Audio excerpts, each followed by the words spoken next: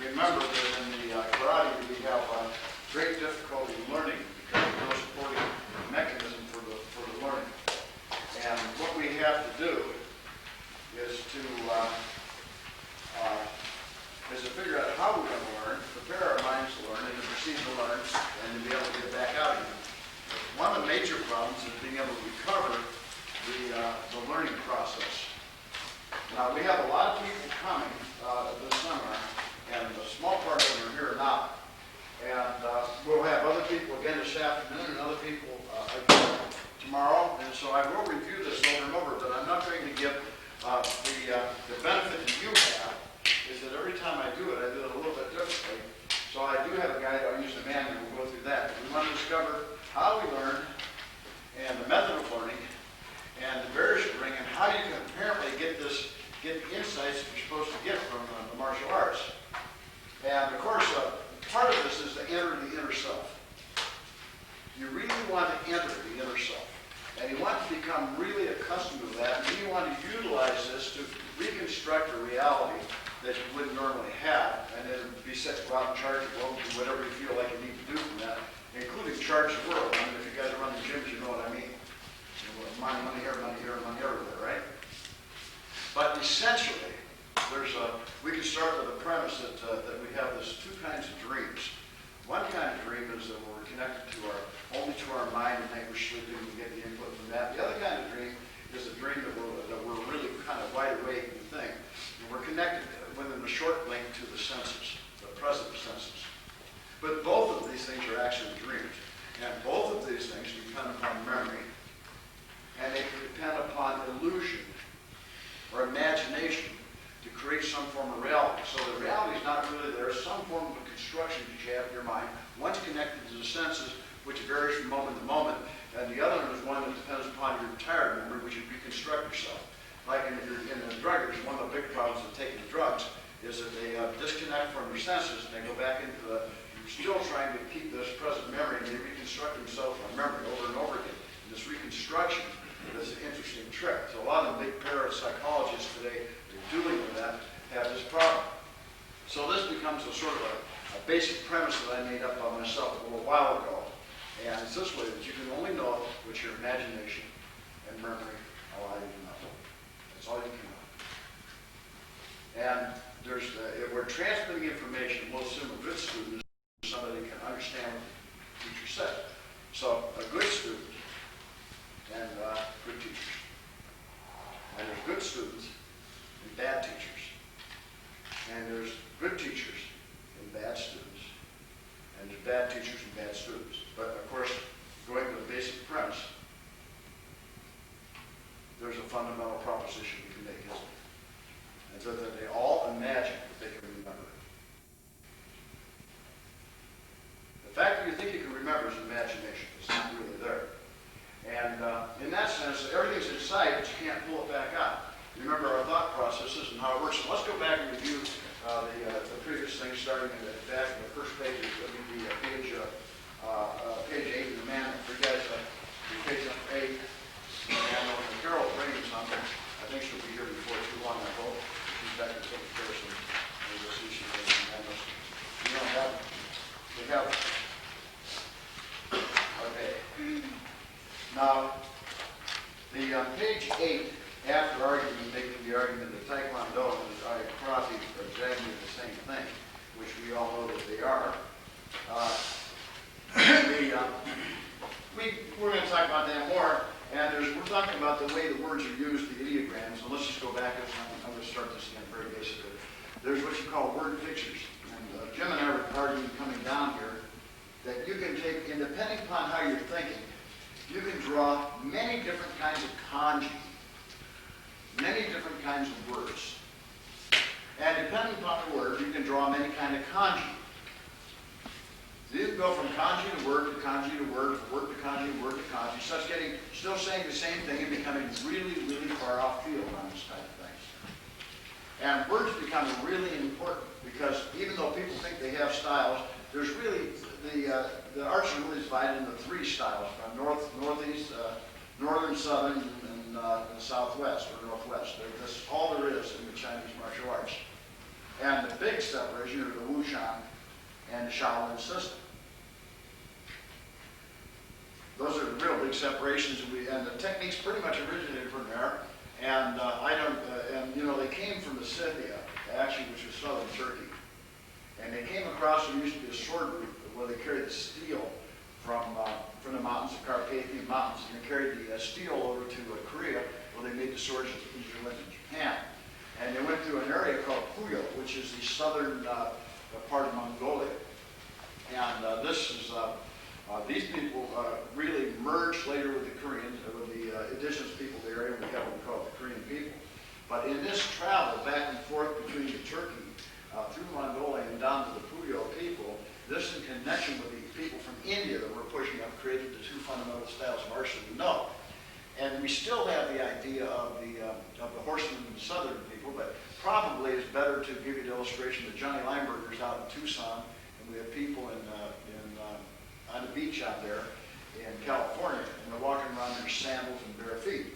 And they would do a lot different kind of foot technique from the lumberjack in Maine, who runs around with the boots, and this is the heavy boots, they swing their legs more, and they do a different kind of action than the guys who cut their feet like this or have to get rid of their sandals and kick. Section of China. And that northeast section of China was called that, and just south of that was the Shaolin and the Puyo people, who then became the major driving force for the unification of China under Genghis Khan, came from that area. You see, so really, now you're talking about ethnic drifts of people, and so the word changed meaning. So the word Kara is pronounced Tong, but the Tong is not understood by the Chinese as such. Just like the old form we do, the Tong Shu Chung Quan, the oldest form that we use, so not that much. It's the T, the Chung Quan.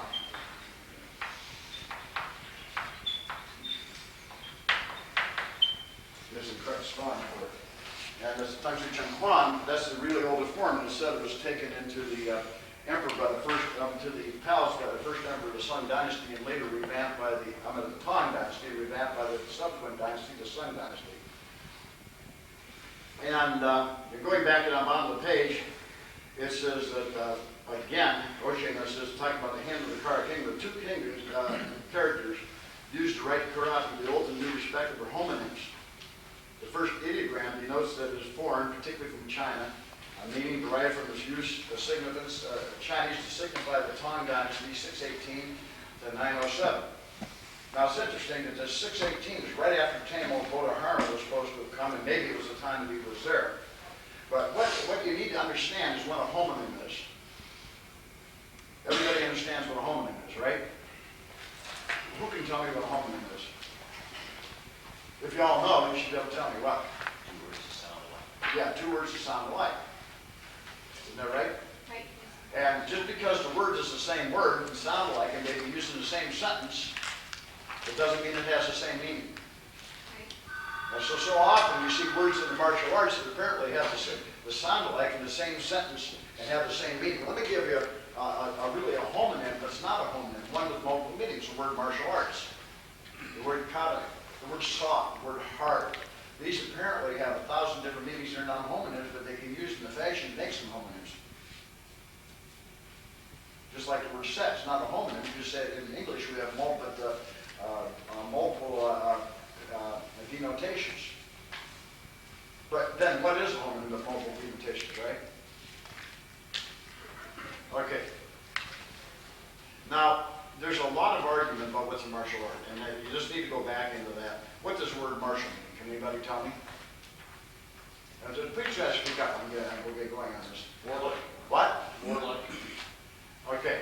In ordinary usage, martial arts carries a military image and originally alluded to Mars, the god of war. Art, in a broad interpretation, skill in making or doing things. That's all it is. So if you really have, if you have a skill in something, you would call that your kung fu, would you not? Right. Is that correct? Yes. Okay. And I'm going through here and picking up a few things that I want to say this morning, and try to okay, now we're talking about ideas of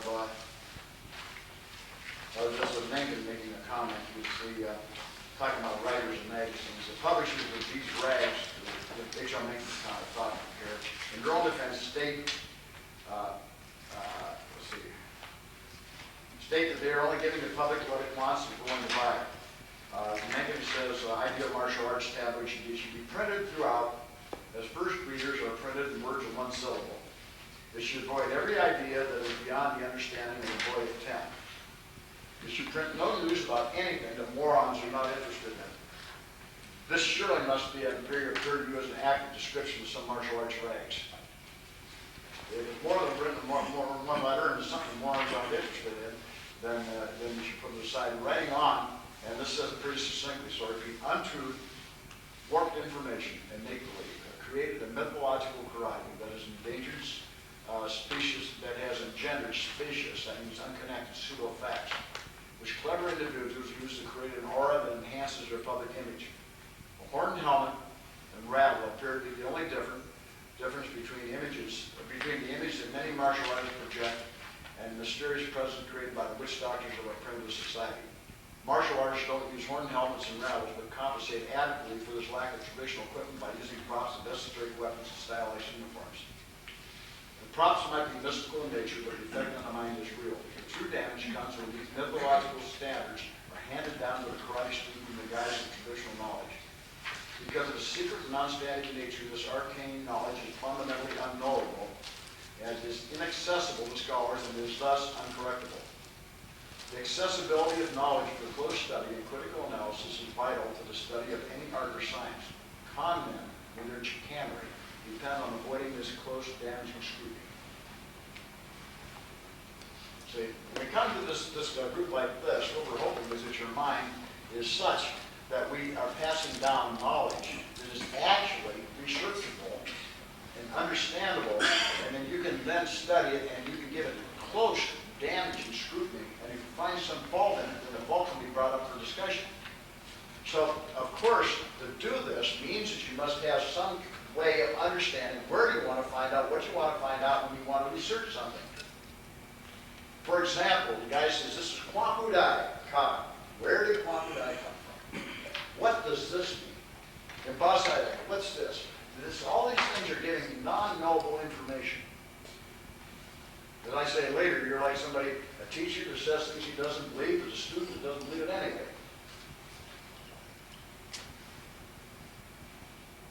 You see, as you don't believe it, that means that when you're all done, we can just cast out. There's a one or not the other, you know? And so, this becomes really important to have a core knowledge thing. Okay, only those individuals who command a broad scope of knowledge and have the capacity to share it should hold the authority to structure, standardize, and systemize the patterns of training and control the awarding of recognized diplomas.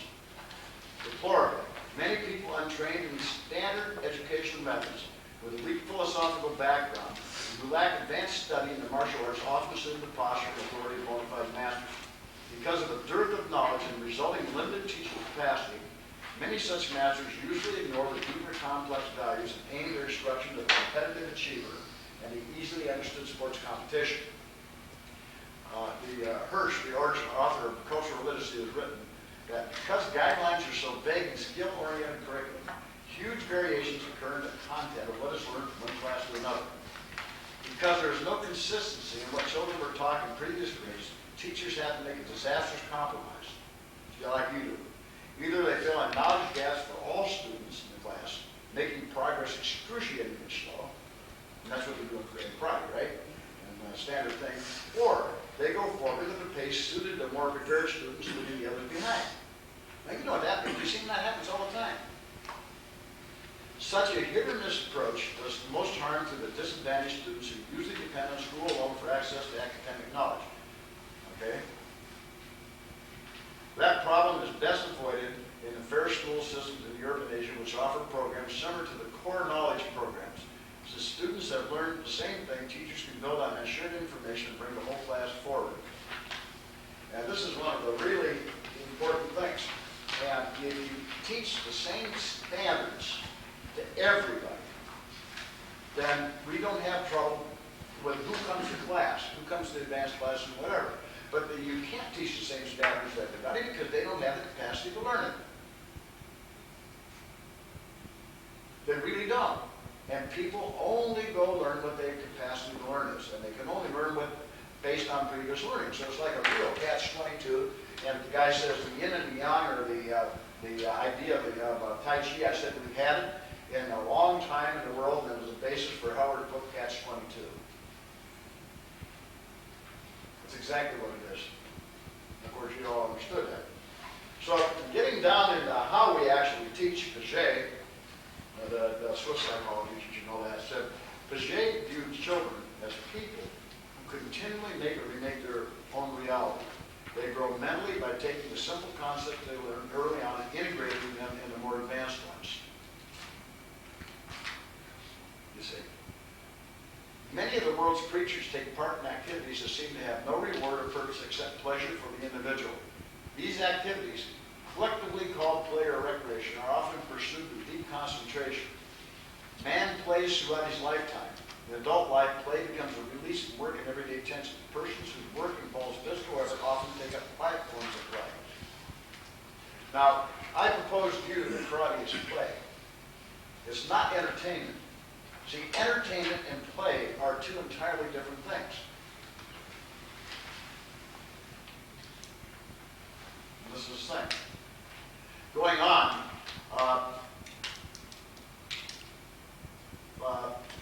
the work submits that play is a child's way of actually getting to know the environment in which he lives, and then developing methods that he can use to deal with it.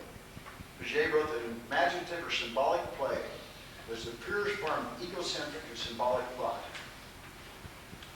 Now, a perfect case of symbolic play is karate.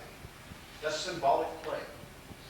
The idea of symbolism is really has to be understood here. Piaget linked play with the growth of intelligence. His theory suggests that two processes, assimilation and accommodation, are fundamental to the organic development. He defines assimilation as any process in which information received by an individual is changed into a form that the individual can use. That is, the individual digests all the information he gets and puts it into a form usable for himself. He defines accommodation as the adjustment an individual must make to the outside world so he can get information necessary for assimilation. So those are two fundamental things that we do in the process of our play, and we're using again the symbolic things have become known as our esoterics or our word gators. Now, to talk about the systemic base of karate, and the idea of how long this play is taken before you're rewarded, we're talking about going back here to Nagamine. He says that the Okinawan schools, Shurite and Nahate, show the common factor of observing only natural stances. And of course, so I don't know whether to get the front stand, back stance, and all that kind of crap. Natural stances. Speaking of the great Kian, he says that Kian learned karate rapidly, absorbing both Tamarite and Shurite. Within a few years, he had mastered the secrets of karate, which could be most effectively by a small man like himself. So within a couple of years, he had mastered Shurite and Nahate. And we were reading a book by Blooming, a story by Blooming in the Asian martial arts the other day. He referred to the great judo master who had made black belt in a month, and he made 10th degree black belt in 5 years, 3 years? No, 3 months, and I think it was like a couple of 2 or 3 years. Yeah, 2 or 3 years. And he became 10th on, and it was just that fast. And there was no reason, you see, to, so what would you call a word grade like that so rapidly? You know how grades were awarded originally. As I said many times, that you're playing like the Chinese game of Go. And the guy that's playing white always wins, and the guy that wins black always loses. So if the guy playing the white, if he would give you a deficit of 9 and you could beat him 3 times either way, then you became a first down. And if he took a handicap of 8, took 8 pieces off, then you beat him and took a second down. And you beat him with 7, it became third down. And finally, when you could match him free to free, then you became, if you were white, you would win, and he was white, then you could win like that 3 times in a row, then you became 9th down.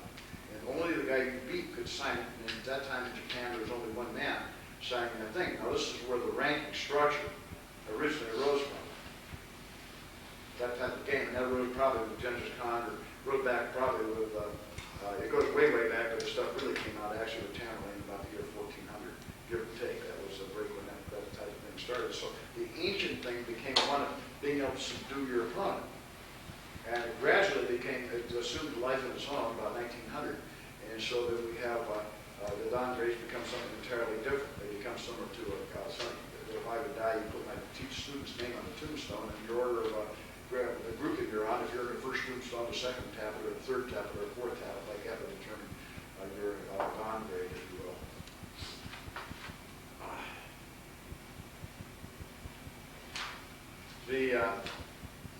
Going on here, talking about kata as a form of play. It says a correct performance of kata is necessary, etc. Unfortunately, some kata standards display uncomfortable extremes of movement that violate the rules of intended functionality and sound biomechanical principles. And these are they're really true. So when you get into something that's totally damaging to the body, and the thing is, you ought to put it as a prohibited form of play.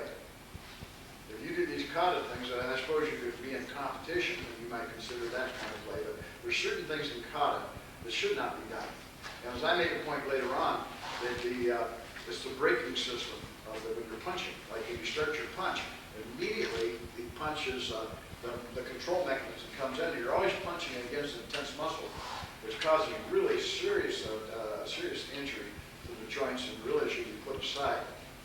And so what you really want to do in the kata is to explore the different body languages, different concepts. Like two concepts are found in the kata all the time, and found in the Kwanmukan particularly, Kawashi and Kuzushi. Now, everybody knows Kuzushi, what Kuzushi is that correct? And in this, I use the Japanese words because I'm just used to using them naturally. They become actually now an English word almost. Well, what would you think, who could explain what Kawashi is? On Kuzushi? Yeah. Off-balancing. Well, it would be off-balancing, but it's even, let's add to that a little bit.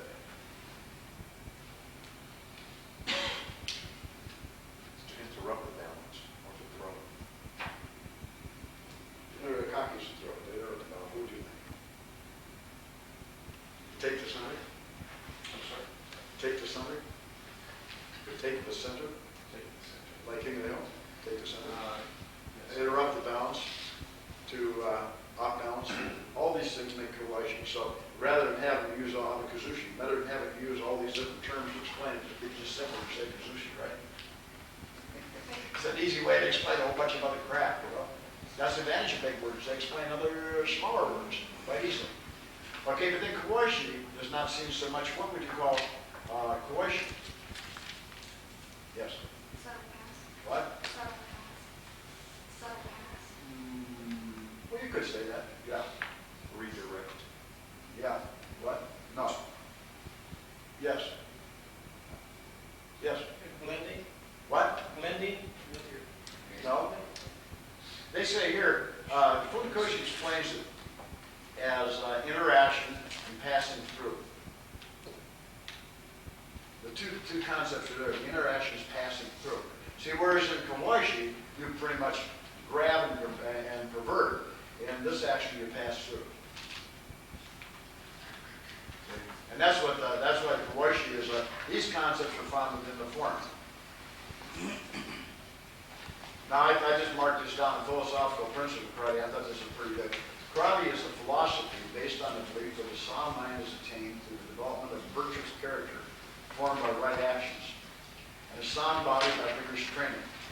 The mind is not only deemed a vehicle for emotions and knowledge, but it is also considered a tool to directly perceive reality, to directly grasp the self strongly enough to manifest a peaceful nature in any circumstances. Now, this is on the first sense sounds very simple. The development of virtuous character. But what in the hell do they, what do they mean by character? I know we can say this guy's a character and that guy's a character and that kind of stuff, but what really do we mean by character? Understand that in the Japanese form, character is meant to do what everybody else does. And you conform, and you blend in so that nobody can tell you're different from the group. That's why when you see even a top leader in Japan come in a little group of people, they all look alike. All white in uniforms, nothing spectacular about anybody's. See, that's a character.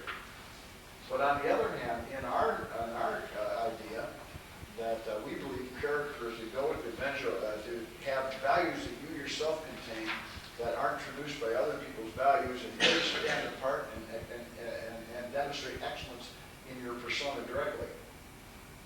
See, so character can only be viewed as a group function in Japan, and character is viewed as an individual function here. And this has a direct influence on the way we train, the uniforms we wear, the clothes we wear, and the type of competition we do. And so including the understanding of ideas. So if you have a great keen insight of ideas, much different than my ideas, in Japan, that means your character is poor. You see, and here we feel that that would mean your character would be superior if you had an idea that was more godly. It's very difficult in Japan for it to have the concept that for example, we have here. And this isn't my concept, and I don't care if I make any of them yet, so please don't get mad. Okay, but it's that for the Baptist stand up and saying all the Jews are going to hell is considered quite out of character for the Japanese. In the United States, it might be okay. We don't have any Muslims in here, right? We don't. Nobody. We could say all the Muslims are war-minded, right? We know they're not, but we know that's actually one of the most peaceful religions. We could say that sort of. Okay. If we're talking about practicing techniques is difficult because a perfect model is needed to construct a mental image. And where can you find a perfect model? So the guy says, I'm going to practice this thing. And he has to have an exact idea of what he wants to practice. If you can't, if you don't have one in the closet or attic, perhaps you can construct one in your mind. But if you can't do that technique, how can your mind construct the knowledge? And that's a really difficult concept. Because the guy says, I'm going out and going to practice this form. Well, obviously, you're going to practice the form wrong. You can't practice it right because he doesn't have the model for right. If he doesn't have the model for right, how can he do it? So the guy says, well, I'm going to practice this form and I'm going to become better and I'm going to have this form right. How? How? How in the world is he going to do it? He doesn't even have the model right.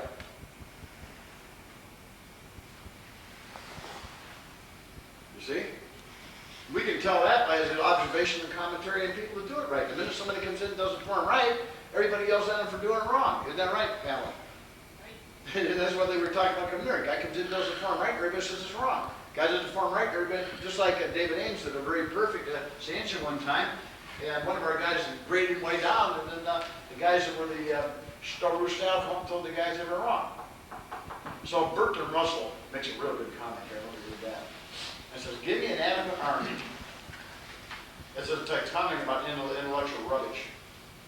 That's what he's talking to. He says, give me an adequate army with powers provided with more pay and better food that follow the law of the average man. And I will undertake, within 32 years, to make the majority of the population believe that 2 and 2 are 3. The water freezes when it gets hot and boils when it gets cold, or any other nonsense that might seem to serve the interests of the state. Of course, even though these beliefs have been generated, people would not put the kettle in the refrigerator when they wanted it to boil.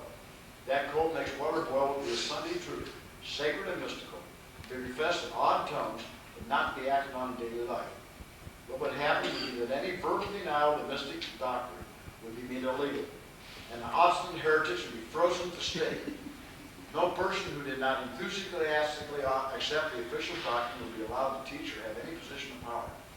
Only the very highest officials in their cups whisper to each other the rubbish it all is, and they would laugh and drink again. This is hardly a caricature of what happens under some modern governments.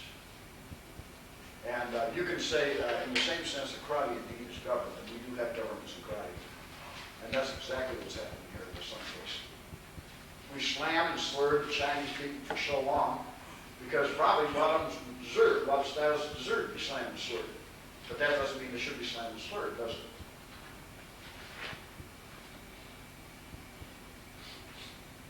Okay, now, what happens with this sensei? That they read tabloids and they read these blah blah magazines, so many people they do.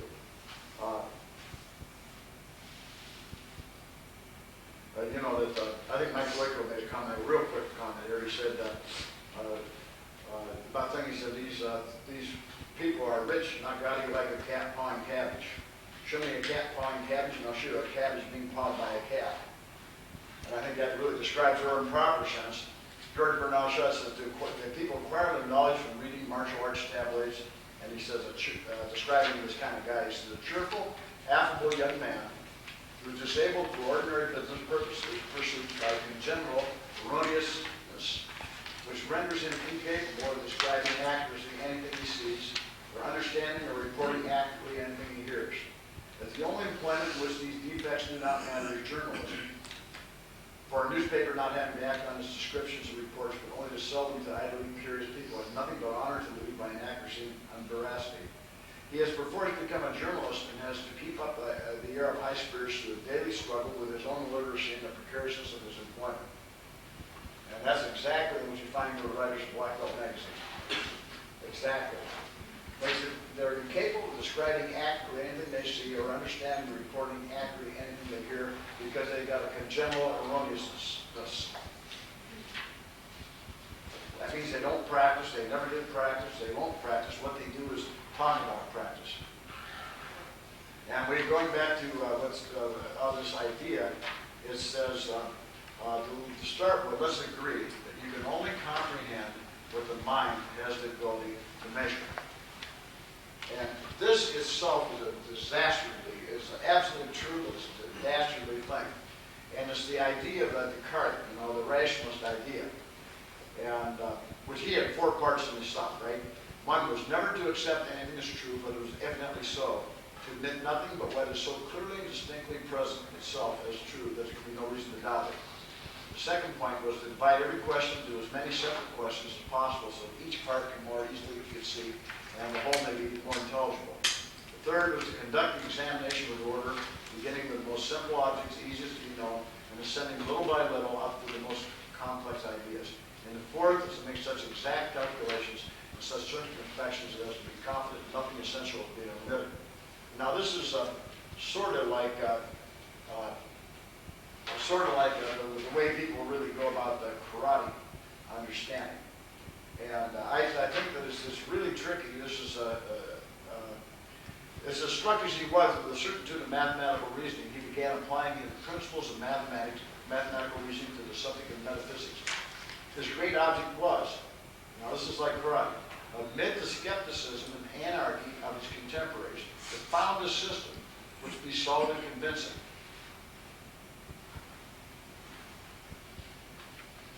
See, and that's really difficult. We really can't do that. And so, what we attempt to do is to take the essence of the thing and forgetting this. Even though this is the way we think, we try to take the essence of the thing. And the essence of the thing is really what Socrates sort of died about. The essence of the thing appears to have met those of its properties which you cannot change without losing its identity.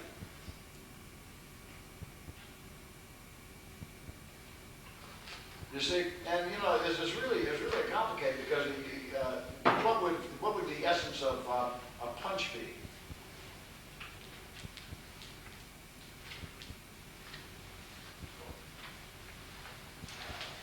So, what is it? Okay, if you don't want to use the word essence, use the word substance. What's the substance of a punch?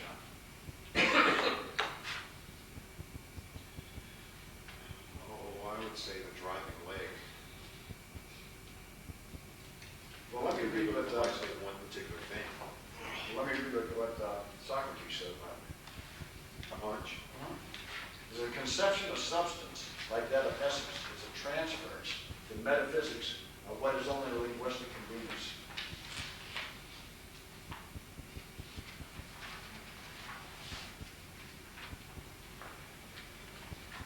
The punch is such a broad term, such a metaphysical term, that it probably by itself has no essence.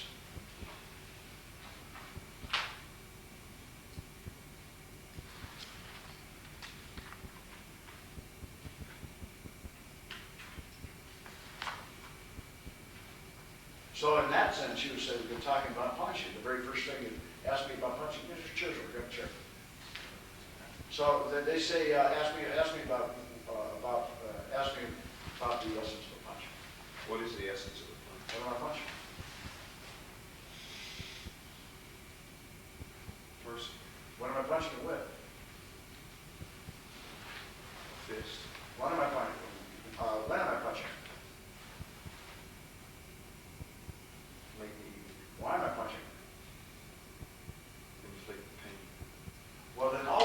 see are arguable, but by the time you get into the car's teaching nothing, by the time you get to arguing with that, you forgot the original question.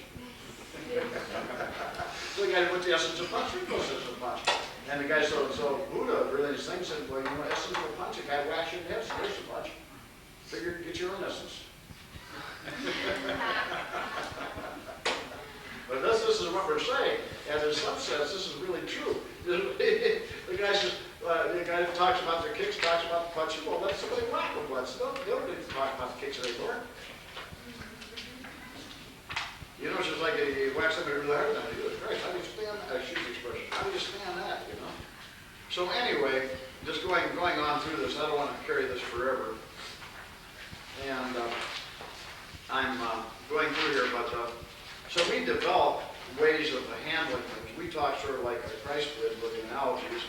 Like we have, there's a lot of the things in the Bible that are really complex. Like for example, one thing that drives people nuts is the story of the Good Samaritan.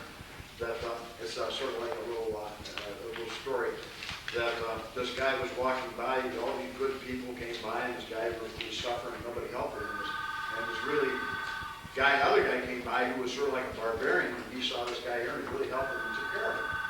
Let's convert this again. These really godly people walked by and saw this guy really suffering, and nobody helped him at all. And the ungodly guy walked by and helped this guy and helped him. So the real godly people did the ungodly thing, and the real ungodly people, the ungodly person did the godly thing. Now then we trouble the whole story. The guy that did the good job, the ungodly person who did the godly things, he's going to hell. All the people, the godly people who did the ungodly thing are going to heaven. Maybe. But see, this is a parable. And the idea is to cause this mental reaction. And so in this, you have to find your own truth. So it has no essence, but your truth is found from your entire background, and it determines what you're going to read into this into the value of the truth.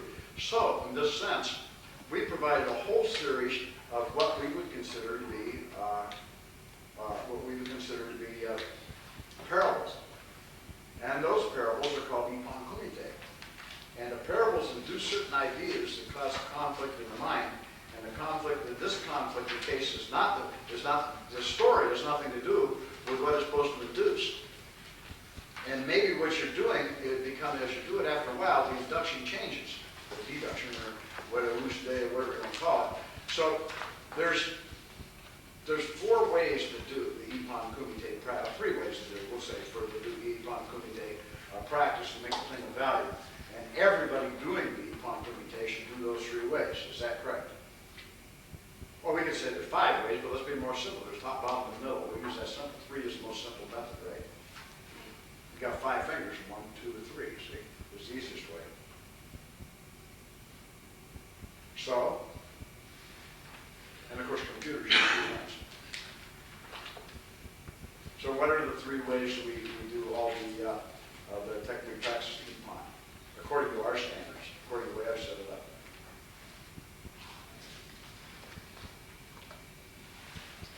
Now, they're based on the 4 primary levels of Buddha.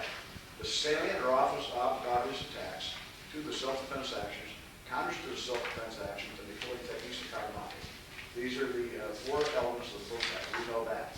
But let's go to the 3 fundamental values. They're very simple. It's the first one, you do the techniques very slowly. Second is you do the techniques quickly without a counterattack. And the third way, you do the techniques fast with a counterattack. Now, these are our parables.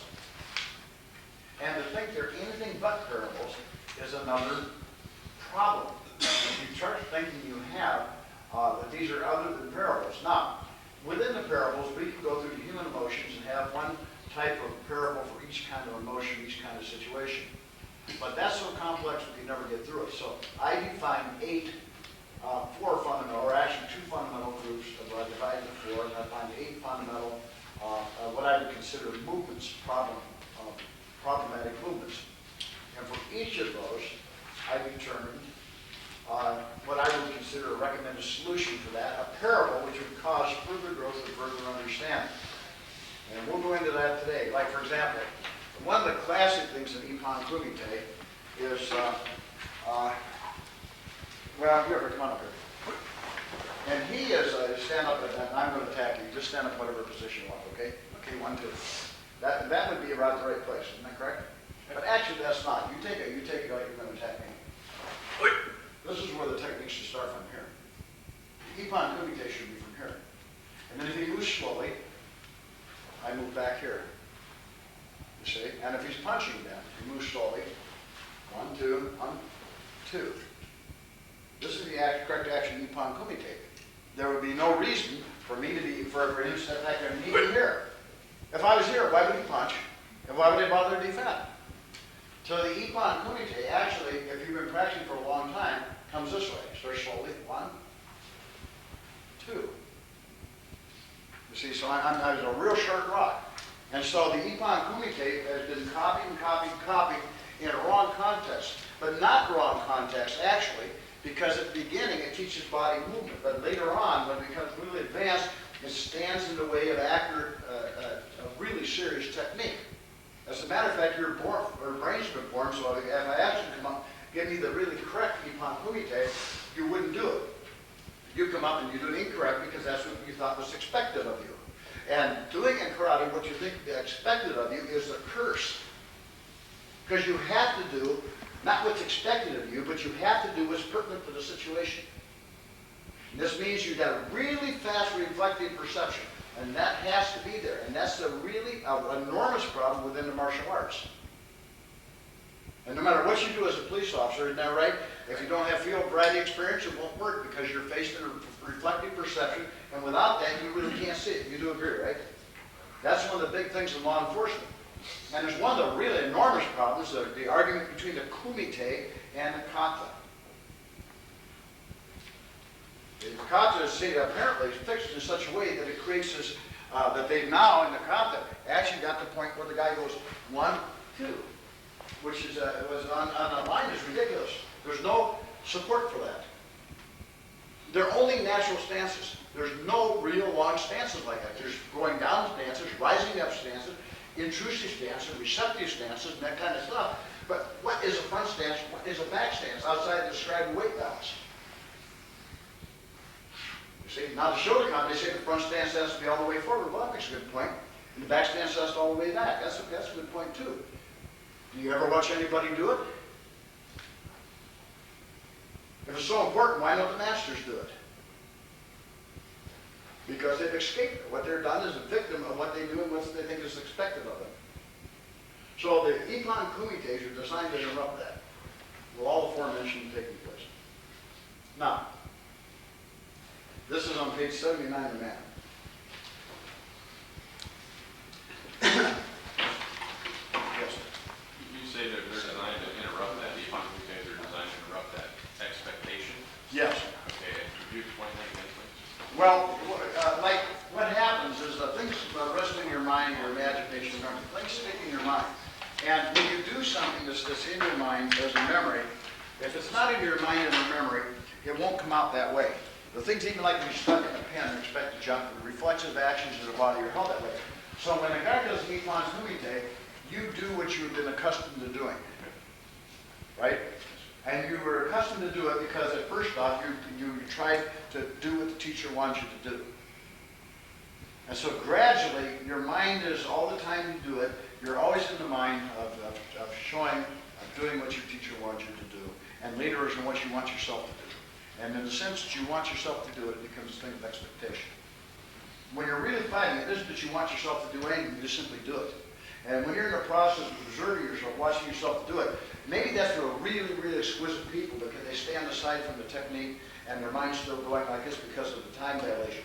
But originally, most fighters, when they think they're expected to do something, and they do what comes most easily to their mind. For example, us reading people stand there and lead with a front foot roundhouse or something. That kind of thing when you're fighting. Whereas if a guy really smacks you alongside the head, at that time you hit him back and think that's a reflexive type of thing.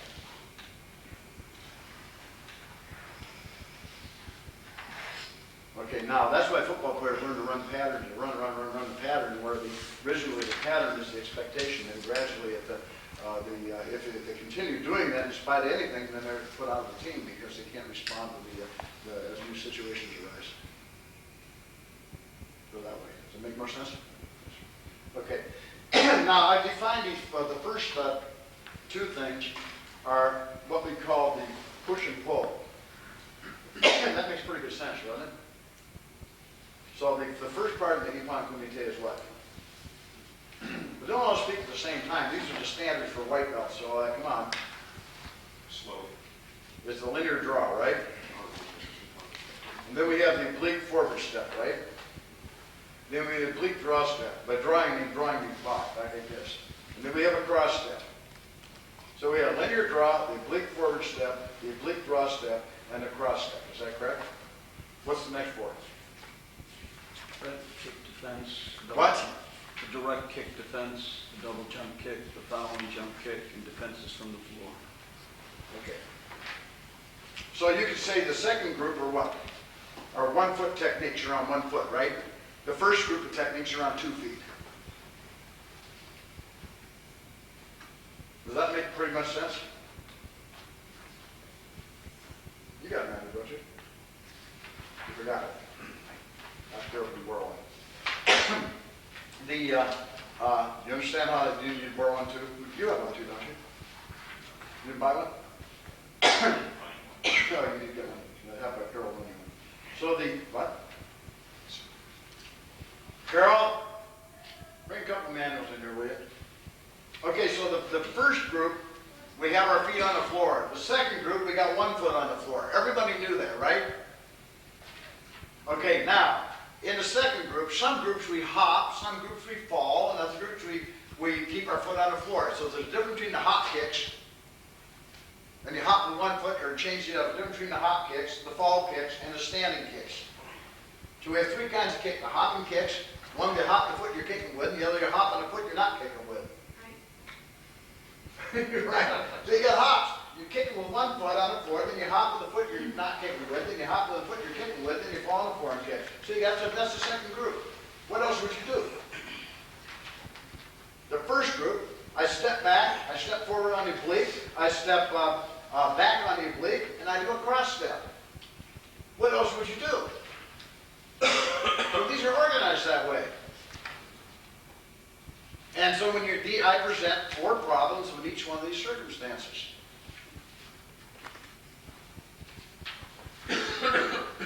And when you're doing the techniques, and again, if I was up here punching for me, like this, and he punches for my nose, and I'm even out this way, and he punches, and he punches, step punch, and I go back here, what the hell am I doing back here? What am I supposed to be doing with that?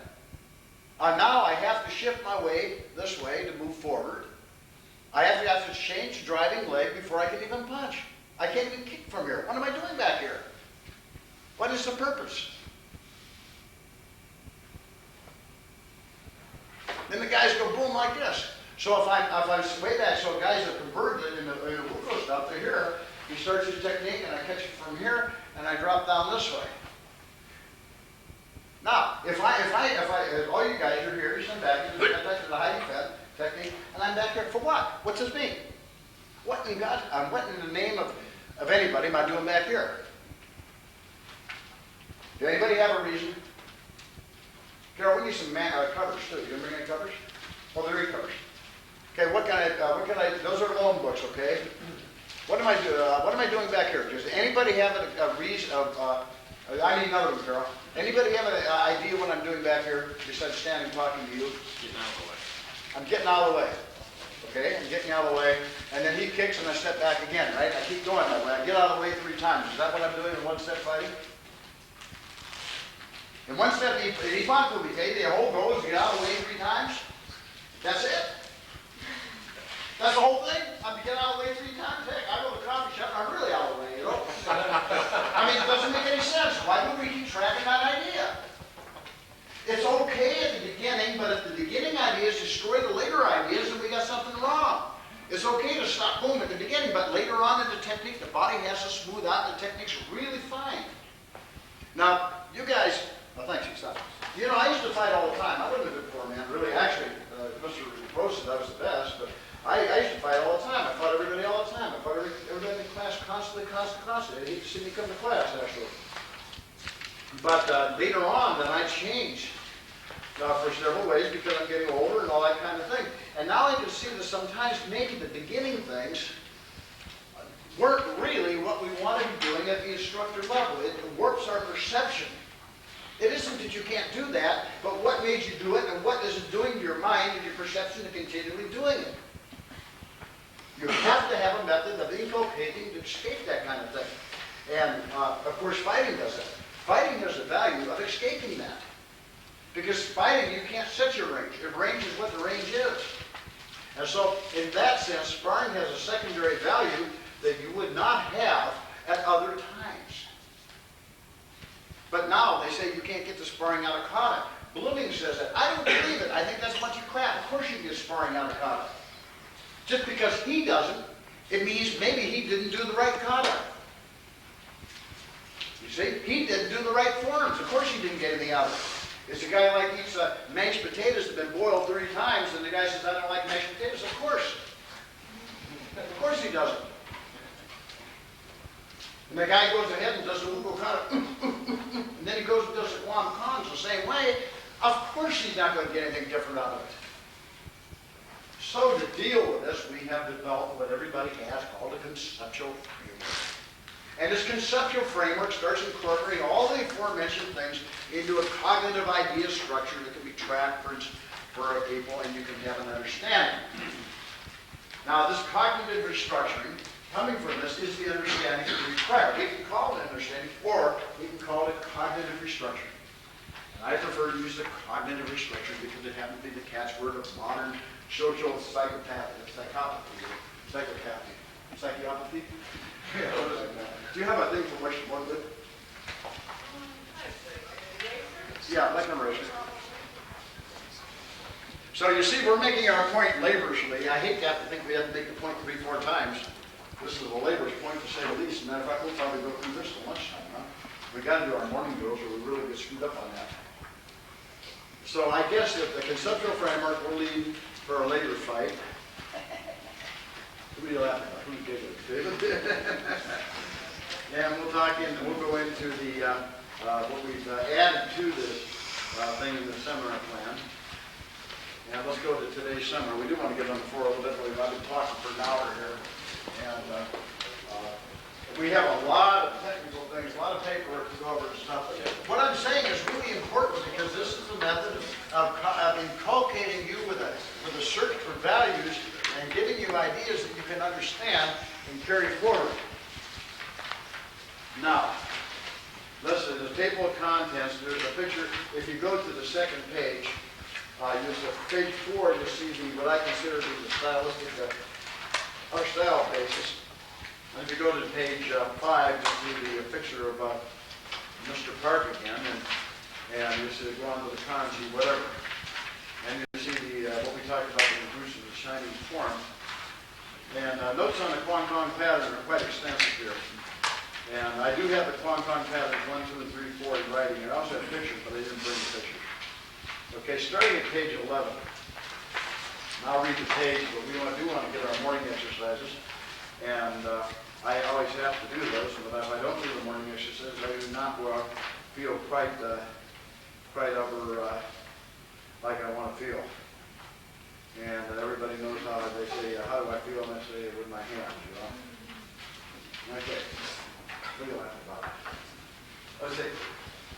Starting page 11, I'll read it. It's the fast way. If there's any commentary at all, if you hold up your hand or yell, and I'll interrupt it. The Kwanmukan pattern has ancient roots and is originally composed to provide health, personal safety, and a philosophical understanding of the importance of a body-inclusive system. Body-inclusive learning system. Now, in this here, I'm arguing that the body-mind is a unit and it's not separated.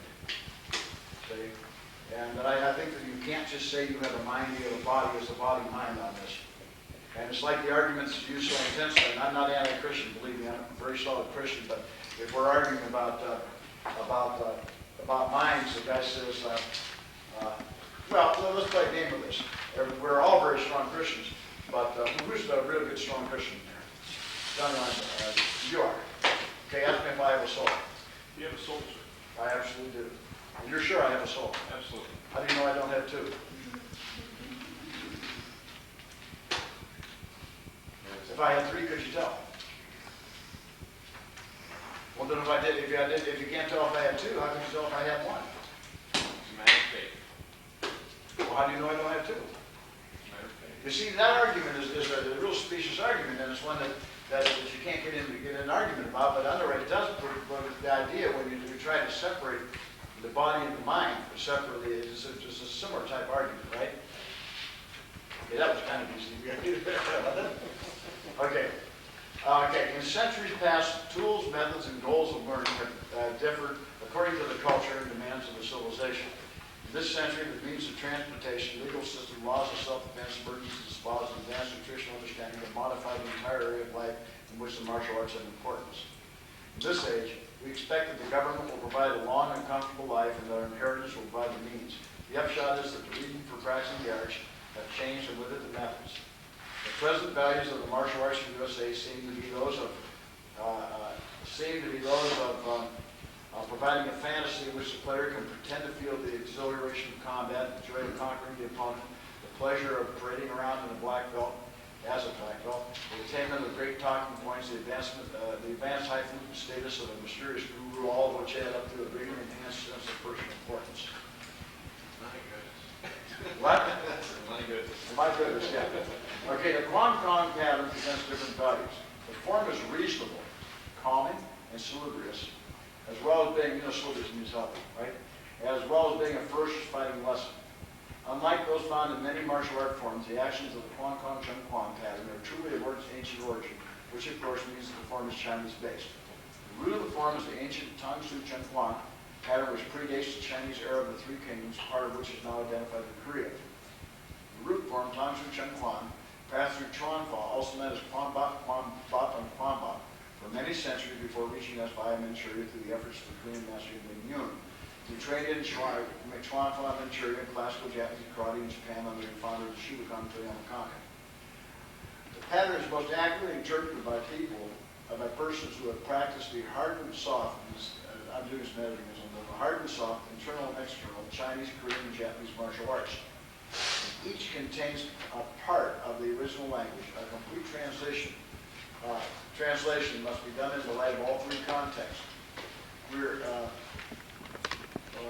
All those contexts, I should put those. We are fortunate to have done that and thank our teachers who advanced our understanding. The historical perspective and subsequent fundamental accuracy of the Kwanmukan pattern can be grasped by the advanced practitioner through the physical inculcation of the information embedded in the individual actions and the systemized structure of those actions. Now, this is really complicated. And what this really says is that if you learn this, whatever language you're speaking, the use of the body language is as important as the spoken language. And there's a different body language in Spanish and French people than the American language. And as far as they're concerned, what we say contradicts what we're saying with our body. So the body language has to be as critical to the study. Now let me give you an example what I mean by that. When you say like this, you say this is peaceful. This is not peaceful. You take a little cat, we talked about it before, you take a little cat and you scratch its stomach. And you pass your fingers over its face, the cat will start to grab your arm, start disemboweling your arm. I'm trying to, everybody knows that one. And what's this? When the lions are sleeping undeveloped, if the claws are like this, the antelope walk right by. Think about it. The lion wakes up, the claws come out, the antelopes all around. This is embedded in our genetic memory, that this is embedded, that this are fangs, are claws, and this is danger. This means stop. This doesn't mean peace. This is danger. So when you hold up your hands like this in a sign of peace, it means this is danger. What you're doing is showing you don't have anything in your claws. So putting on posture like this, you're showing your claws. So if you were to make a symbol for the sign of peace, and you say, I want to show that I'm peaceful, and I'm not in a warlike state, what would the lion do? It shows his claws. So in this sense, hey, I don't want any trouble. This is perhaps, in one sense, says I don't want trouble. In the other sense, says I'm ready to kill you. So we have this constant conflict between what we're saying with our body and what you understand at a really root level and what you're doing. Furthermore, like when you talk to the Japanese, they'll sit in the corner and pretend they're going to sleep. And you think, well, the guy's going to sleep, not listening to me. As a matter of fact, I can read. And I can listen to the TV. and I can talk to my wife, and I can listen to the kids upstairs all at the same time. Do you know any other person can do something like that? Do you? I do. Any musician, any musical conductor is reading the score, he's humming along with it, he's talking to the orchestra, he's listening to this guy and this guy and this guy simultaneously. He listens to all the instruments, he's reading the score, and he's singing to himself at the same time. It happens all the time. Any musical conductor can do it. So why do you think you can't? See, initially you said, oh, I don't like that like that. But you know all kinds of people like that. Don't you? Really? Just because this capacity escaped you, or you think it has, you're really doing it all the time anyway. Because when you're doing something, the body language is so important to the speech. And the body language information changes. Anyway, get back here. This is going back here. The motions of the compositions are as historically exact as they can be in the context of our modern needs, although the order and sequence of the segments have been re-rendered to facilitate modern understanding.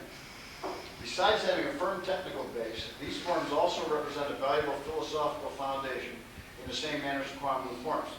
The collateral philosophies are ingeniously embedded in the performance of the patterns, and the practice thereof will prove mentally beneficial. Subsequent to all the research have instituted the Kwanmu exercises, which are the ancient hand sets reconstituted for the modern era. Embedded in the hand sets are many traditional Chinese hand actions and their broader form cognates, nowadays called taijutsu. The continuous movements and smooth flowing actions of the Kwanmukan Symposium pattern produce an apparently effortless driving power. Reminiscence, reminding, I put this together very fast, but I have all the different things I want to do. Reminding one of a Westerner, reminding the Westerner, and reminding one of an acclaimed singer who can produce great resounding tones with no apparent physical effort, in contrast to the singer who makes a great physical effort to produce a lot of volume, but in fact actually suppresses loudness because of the restricted muscular contractions caused by his great effort. As in most performing arts, karate power arises from the smooth coordination of muscular contractions which do not include forced tensions, designed to provide feedback to the performer and impress itinerant observers with the strength of the action. The form shows strength, suppleness, and incorporates the concepts of striking while in motion, and striking and moving and striking again. Lock and punch should be replaced by strike and move. That's the better way. The Kwanmukan pattern is the only one to advance practitioner of the combat styles needs practice. Besides this form, in our opinion, paucity of technical purpose in ordinary arts is ordinary thought is readily apparent. Now I'm going to pop here real quickly to the next page. We'll go out and do some probably go a little longer here. You're not getting tired of sitting, are you? You have to go for one thing break. Right? What? Yeah. You want to take a break? Yeah, Okay, let's take a break. Make the content and add your emotion to it in a way that you feel like it. There's different readers at different point, at the same point. And in that sense, this has the concept. So there's no right or wrong on this. And some of the high kicks can be changed to this kind of kick too, if your kicking is working. Some of the high front kicks can be, roundhouse can be changed to front kicks. There's multitudinous things done here. But one thing has always happened, and we'll talk, there's certain things we'll talk about.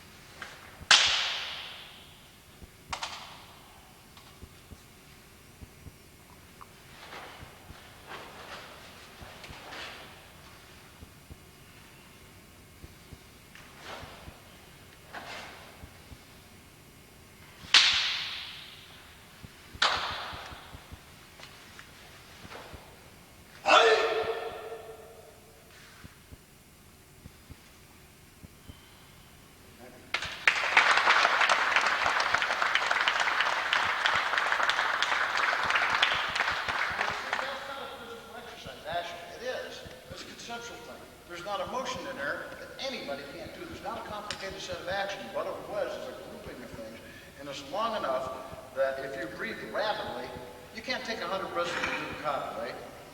And so a lot of times when I'm talking and teaching them, I'll say, well, okay, now we want to do this and move forward and do this, and they come back and do that. Didn't do that. And by my talking, you think somebody would be able to pick up the proper breathing things. Because I talk in the sense of, go back the other way, that's when you're supposed to be breathing. The guys in the front go,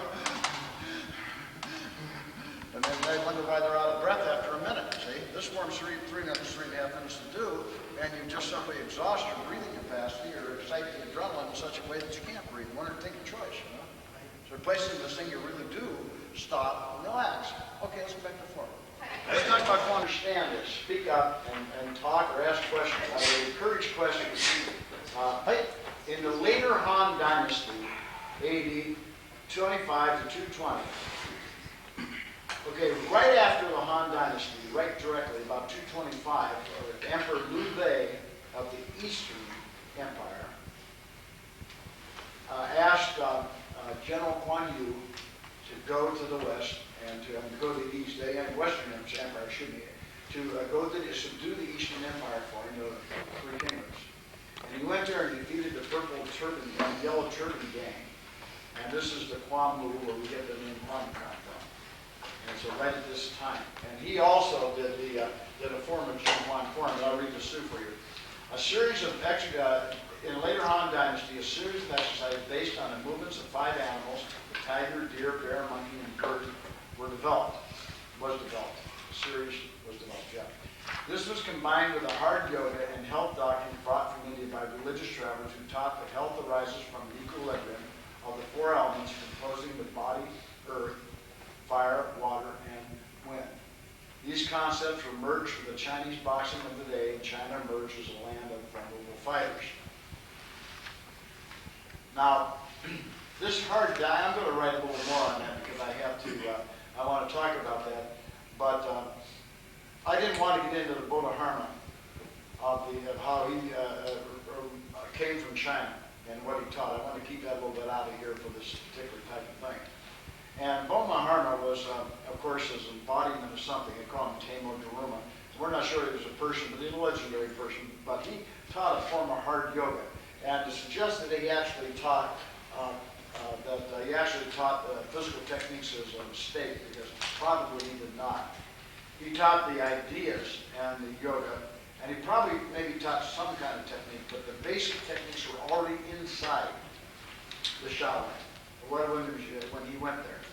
He was asked by the king to come and teach at the Shaolin, and the purpose for teaching at the Shaolin was to reconstruct the mentality of the people, and they were becoming very unhealthy. So he taught the health-finding exercises of the Shaolin.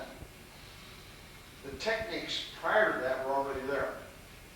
And that's why I said in 220, a series of exercises based on this. And I should put fighting exercises, we probably later, during the Tang Dynasty, 618 to 907, the fighting monks of the Shaolin Temple in Honan helped the first emperor of Tang defeat his enemies, and the fame of the Shaolin boxing became fixed in history. It is thought that during this time, the 32 forms of Cheng Chuan, long boxing, were organized by Tai Su, the first emperor of the Sung Dynasty. The style of Kung Fu Karate also appeared. Now, this Tang Dynasty, the fighting march of the Shaolin came forward, of the Tang. And it's thought that the 32 forms of Cheng Chuan, were organized by Tai Su, the first emperor of the Sung Dynasty. Remember, this is the 32 forms, and there was one prior form to this, and so this is when the thing expanded. Many scholars theorize that the Kumsan drink tower sculpture at Kongju and the wall pictures of Korea show basic postures of empty hand fighting in the early stages and date from the 1st century, giving us proof that early practice of the Korean Chinese martial arts. The Koryo Dynasty, 37 BC to 668 AD, tomb murals which show martial arts practice are actually located in modern Manchuria. However, the easternmost part of the Chinese Han Dynasty, the Koryo system included a large part of northern Korea and Manchuria. And that's sort of like I completely said, not to restate that because that's not what I wanted to say.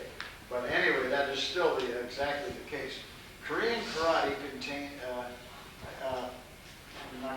says encompass styles such as Tanshu, Subak, Taekwondo, Kwanmukan, and Taekwondo.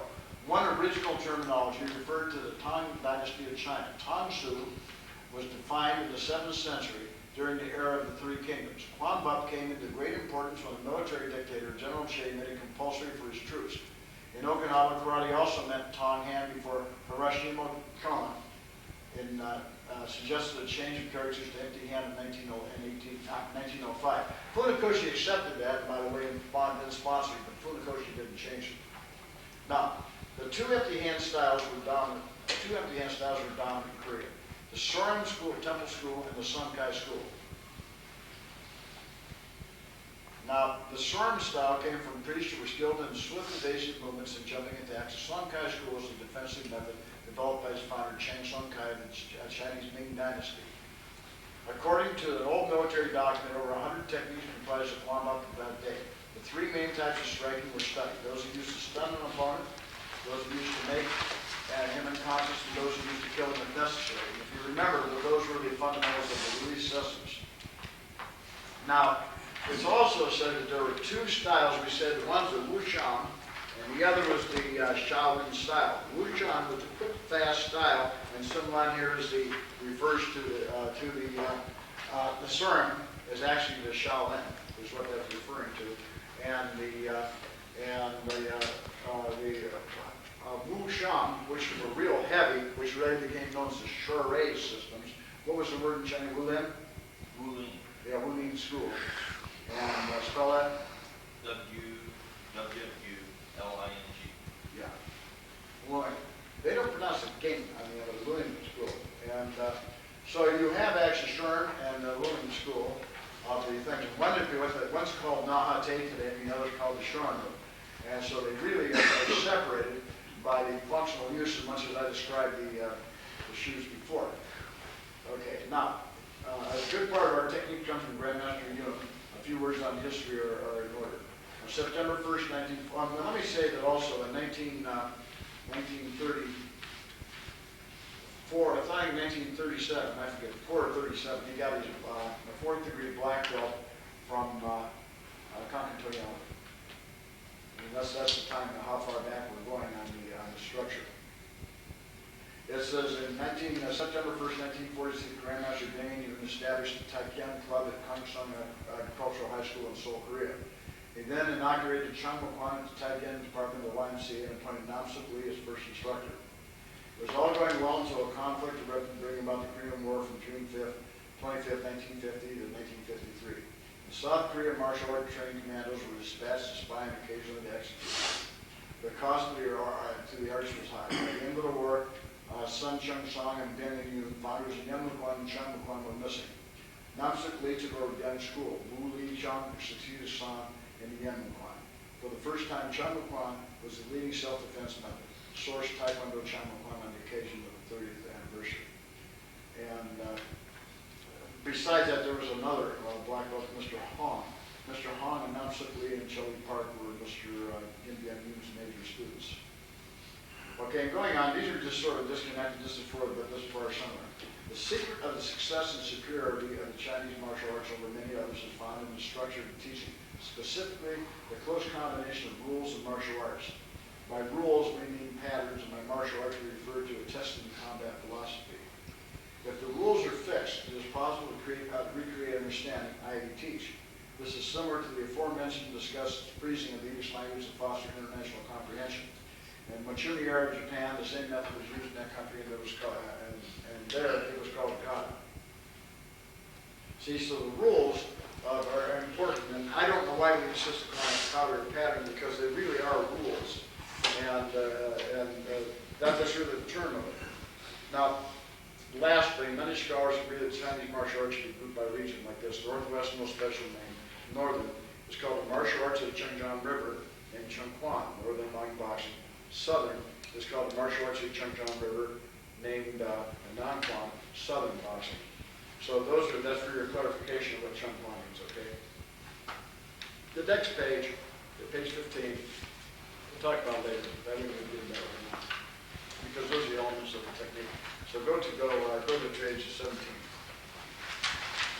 And then this is being re-edited, rechanged for comprehension. I have a lot more stuff, but I struck it because it was too complicated to put it in right now. During the performance of the Kwanmukan Symposium pattern, careful attention be placed on the element of relaxation. In many cases, the application of maximum power is diminished by a type of braking action necessary for stop distance control techniques such as the normal four-fist punch found in traditional karate. I see part of when I checked this for grammar, I removed my formatting. This braking action is necessary to demonstrate the hard snap of a perfectly stopped punch because of the quickness of that punch. And because of the quickness of that punch will start before or during the extension action. Now, to do that again, in many cases, the application of maximum power is diminished by a type of braking action necessary for the stop distance control technique, such as the normal four-fist punch from traditional Japanese karate. David, you got a key on, kick the top off and demonstrate a braking action on the punch.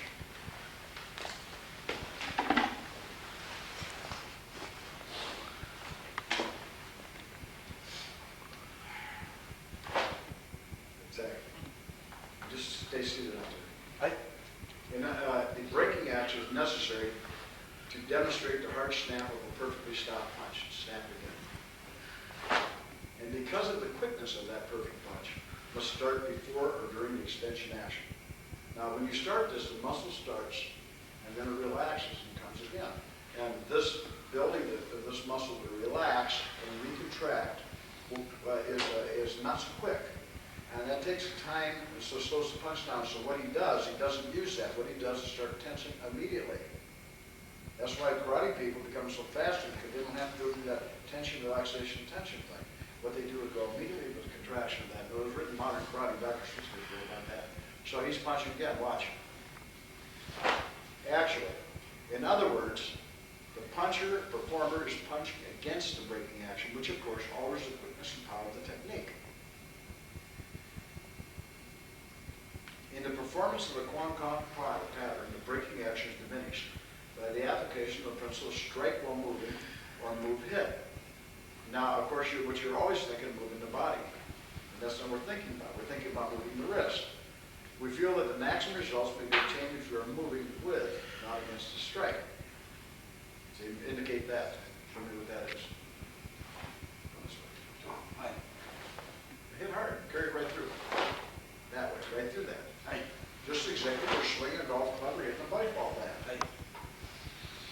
Okay.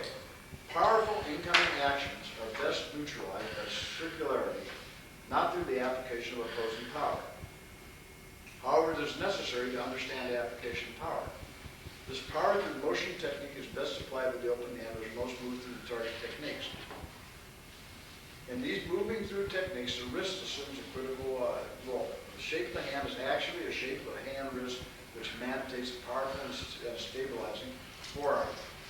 Accordingly, in the Kwanmukan Symposium pattern, many actions are exercises in wrist-hand forearm functionality. Full deliberation must be assigned to the functional expression of these movements. The importance of elbow placement then assumes a the placement of the elbow then assumes a vital role. The angle of the forearm is, of course, set by the wrist and shoulder, the correct alignment of which permits the transfer of power from the legs and the torso to the striking leg. Okay, you all understand that? Everybody understands what I'm saying? So when you do the form and you stop, for example, on this Chung Kwan, I don't like to do this, so I'm not warmed up, but actually, when you're doing actions, there are big actions. We're moving from here. There's actually no stop on this. See, and I'm coming from here. What I'm doing is actually kneeing. These hands moving 1, 2, 3, 4, and down. There's no stopping that kind of an action. Because it's stopping it, it destroys the power on these. And so there's the continuing circularity here is done not for the purpose of being quick, but it's done for the purpose of building power on the techniques.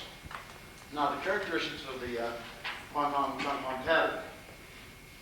Now these should be memorized, and these are things that these are violated. If you violate these, you violate the form. All movements should be integrated with the breath and conscious thought. The harmony allows the necessary unity of spirit and external appearances. That's very clear, isn't it? Does everybody understand what that means?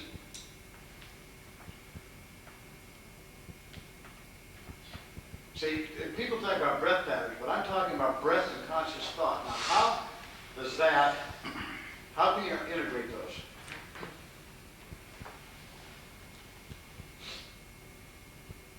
This harmony allows the necessary unity of spirit and external appearances. What does spirit mean here?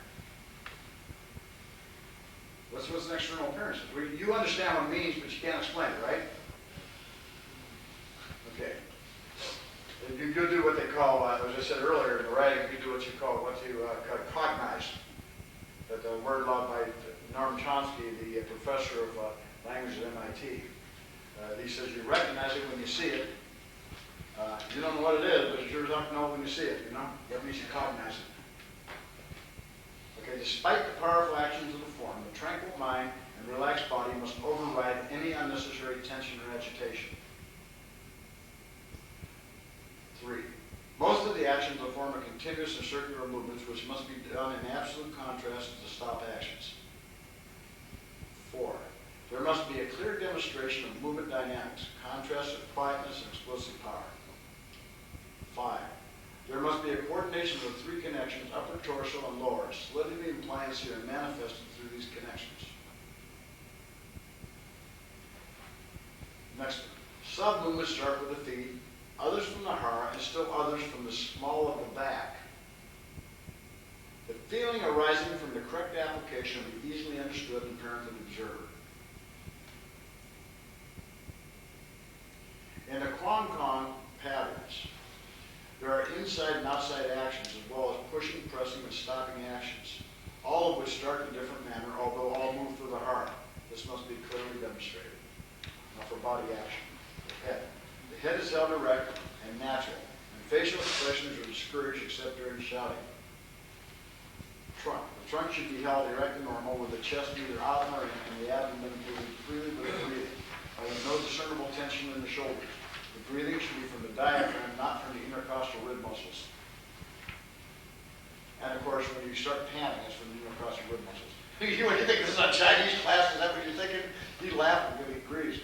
By the way, you guys all know Milt Kuczynski, don't you? Milt started with me, he's a cat in Cleveland, he's with us, and he started with me at the YMCA in Canton back in the 60s, a long time ago. My daughter Joni was about this big, you know. And he's been doing Chinese martial arts for quite a while. Waist. The waist is the foundation of all body movements and is a pivotal point of movement from which the harmony starts. The waist must be kept relaxed and spine erect so that the tension does not impair the flexibility and coordination of movements which are vital to the application of power in this form. True strength lies in the flexibility of the waist. Hips. Hips move easily under the waist and should not express any tension which might affect proper movements of the waist or legs. Legs. The connection of the hips, knees, and feet must be coordinated to provide a balance and stability. The legs must be slightly bent during movement. In the still posture, the feeling of pulling of the thighs or the tension flex varies according to the stance. It must be fully experienced. The feet are placed according to the movement requirements and should manifest no unusual agitation. Yeah. The movement of the arms is often with or against the action of the body, and great care must be taken in the placement of the elbows. The shoulders should be relaxed and down with no discernible tension, and the elbows held in a similar manner to protect the gaze. As in most Chinese arts, the fingers are extended and the wrists held down. The arms are kept supple. Now, simply walk through the form, expressing emotion through body movement. The form is the story of the conflicts you encounter in your journey and how you resolve them. There are fixed conflicts and recommended resolutions, of course, or it would not be a form. But feel free to put your own content and abilities into performance. If you, in your own interpretation, remember that it's better to block from in to out rather than from version downward. And then following that are the Kwanmukan.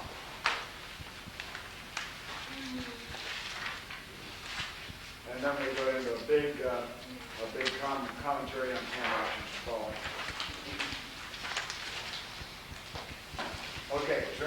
commentary on that?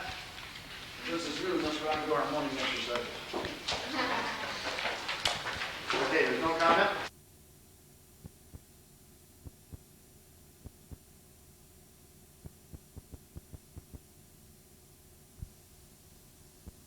These are very important, this kind of action. Again, if I'm coming from here and I'm moving this way, this is very much so, like when I'm raising 20 hands, these are the most powerful. Like you see in the form, let's look up here. 1, 2, 1, 2. What this is in your style is this way, jump. Exactly what the style is. 1, 2. In the Chinese, what do you call these? 13 hands. I call 40 hands. 1, 2, 3, 4. You see, now in these actions, the power starts to swell the back, starts here. And moving from here, and I can call this with the swell my back. Not with my hip, but with the swell my back. And in some sense, when guys come forward like this, the guy thinks he's driving with a leg. The technique really is coming from here. And this is the method of moving the swell back to use the leg. Guys think I'm moving the hip. That is not the hip at all. This is swell back. You can do this one-legged. And you do one-legged when you do the type of hard front kick, don't you? So the action from here with the 40 hands is always going to drop your body. And then from here with a small of the back, you pull it to here. And drop the body with a small of the back and pull it to here. Now watch again. 2. Now when I stand, see my body is different. And when I'm turning around, now this is a different kind of impelling action. And I'm different. Now these are again different. But when I turn, this is different. And even this action is not too small on my back. There's nothing like that until I end up in the form where the first one, where I have from here 1, there it is. Back. Okay, so you have the separation of action. When you did these Kwanmukan forms, or you did the relationships, you did notice that in these were the ones that start from the small back, the ones that start from the shoulder, when you start from the hips. You notice that, didn't you? So my question to you is, after doing these today, can you identify which one starts the small back?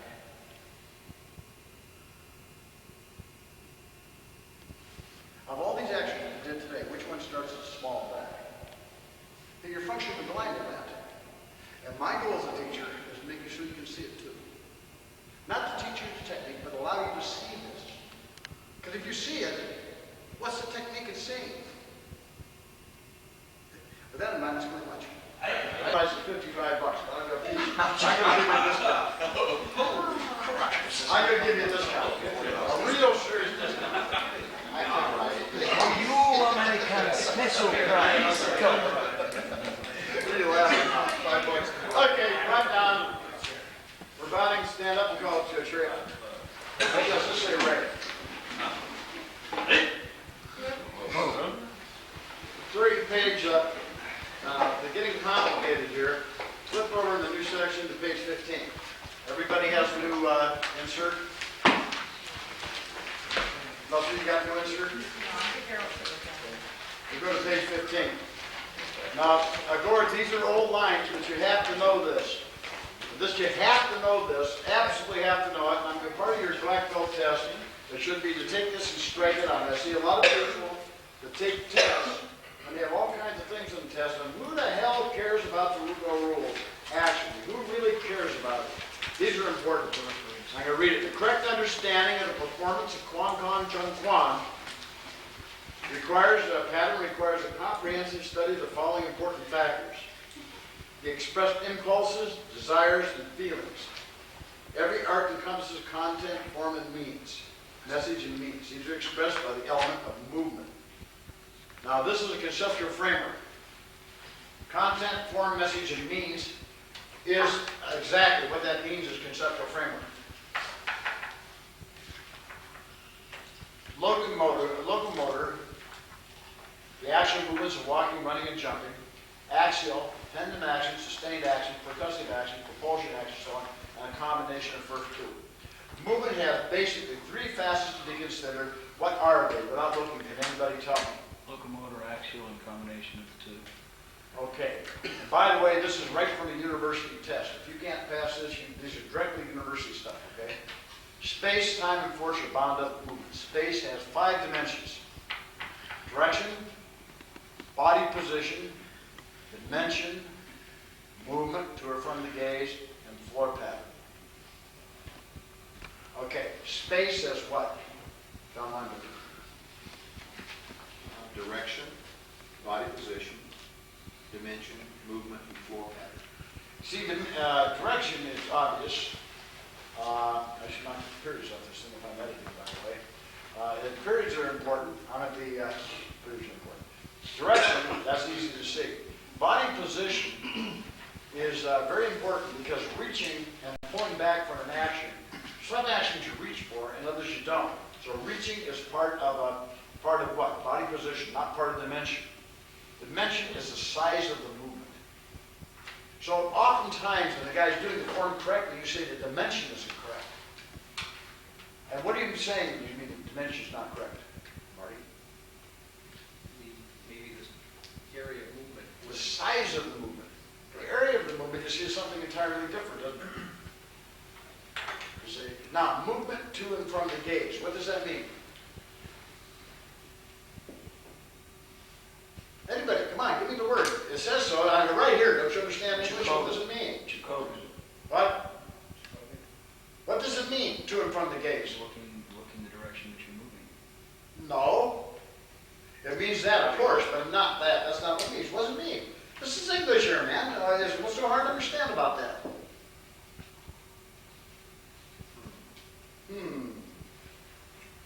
It means whether your eyes are fixed far away or whether you're fixed on a close thing. If when you're moving, you're thinking of something very close to you, and your eyes are focused to that point, or whether you're focused where. In karate, you say it's extending your chi. It's an element of zanshin. Remember, the third element of zanshin, right? You know 4 elements of zanshin: extending your chi, utterly cutting down, a thunderable posture, and what? Remaining mind. Okay, so the 4 elements. So this is the movement to and from the gaze means when I'm moving out this way. See, if I'm moving, thank you, guys. Let me wipe that up with. So if I'm moving like this way, or I'm moving this way, there's a difference between this way and this way. Right. See, this way I'm moving way away, and this one I'm looking. If I'm moving here and I'm going this way, like I'm focusing like this, or I'm looking up there when I'm punching. There's a difference. Can you see it? I'm looking here. The other one I'm moving this way. Now, moving from the gaze is the same way here. And give me one exercise we do that causes movement to and from the gaze. I need a napkin or something. Let's throw coffee over Now, this. underneath that sink there or behind the sink there? What? No. The relationships. Who said that? The relationships. That's exactly right. The relationships and movement to and from the gaze. In the first, second relation, which one of the relationships expresses energy emitting from the small of your back? You drop some hand slash. When you come up, when you rise from here. And that's why if you're on your heels, you don't rise from your lower back, you rise from the lower butt. And there's a difference. When you rise this way, you rise from here, you rise from here. Which one? What's in here is the difference. And that's why you must drop on your toes. Right. If you don't do that, you're not achieving that type of thing. So the exercise is where the body moves forward from here. Because when you throw people, so you either throw from this position or you throw from the control of the neck and shoulder. Throw actions, you can throw the effect through here, the effect right through here like you make a cut, or else the cut here. They never cut up here across the body. So that's that. Okay, so that's important. Now, the floor pattern is important. The floor pattern is really talking about the width of the stance. Now, time is tempo, beat, and accent. Force is the dynamics, light or heavy, and the qualities, staccato or legato. Force is also the range of intensity of the motion. Strength and agility are needed to expand the energies necessary for its application. So we have, going back again without looking at book, moving has 3 factors. What's the name one? Space. Moving has space, the second. Without looking at your book. What? Time? Third is what? Force. Okay. What are the elements of space for us? You're reading your book. So what's the element of time without looking at your book? Tempo, beat, and accent. Okay. What's the elements of movement? Axial and automatic. What do you mean by axial? Axial is jumping or leaping or walking. No. That's locomotor. Oh. It's axial. It's pendulum axis, Oh. sustained action, percussive action, propulsive action. That's why you can say our form is more axial. We do have locomotor technique, but we really work the axial things. And the combination of the first two is some things you do like when you're in the air and things like that, you know. Those become the thing. So these are the basic elements of movement that are necessary, and you need to know those. Now, let's go to page 37 and I'll read for page 2. Okay.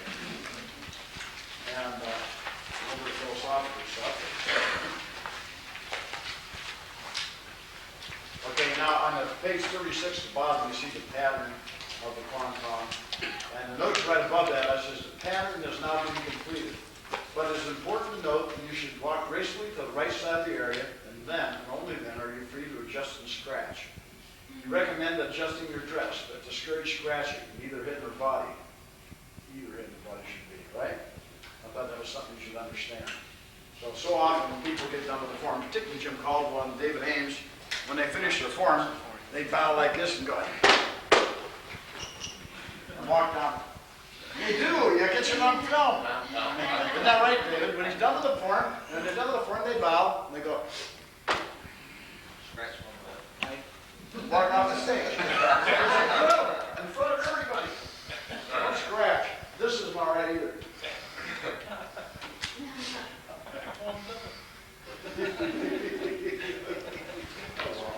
This is such a life. And I got pictures of people scratching things other than their head, too. This isn't like playing baseball? What? This isn't like baseball players? Gotta get yourself ready to play baseball. Sort of. I was going to make a comment on that issue. Okay, page 3. When faced with hard confusion, difficult concepts, difficult to learn, you tend to go to sleep. At the very least, our learning stops and we lapse into a defensive mode, which puts our learning to sleep. Symbolic energies or forces which block learning can impel creativity and intellectual perception if they're used correctly.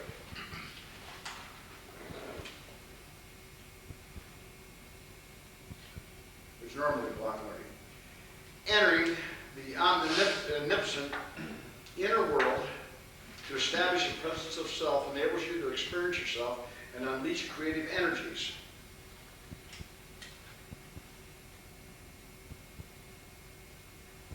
A barrier to this is an addiction to ideas and harmful symbolic links. Now, this isn't really edited because I got a lot more to talk about here. An addiction to ideas and harmful symbolic links. Give me an example of a symbolic link that's harmful.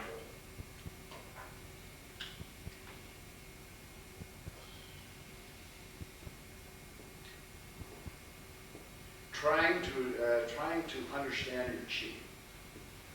The chi is a symbolic link that stands in the way of everything. And in the idea of Zen, see, the idea of closing down your mind and things, these links to the link to Zen, the idea that pattern breathing is something must be imposed willfully, these are harmful symbolic links. Pattern breathing is not a willful imposition, it's a normal, natural thing. And you train yourself the way you breathe in a natural fashion, and you don't try to engender, like the idea of power that you can feel in your techniques is a symbolic link that you don't want. Because the word power is symbolism for you, because you all use the word power, right?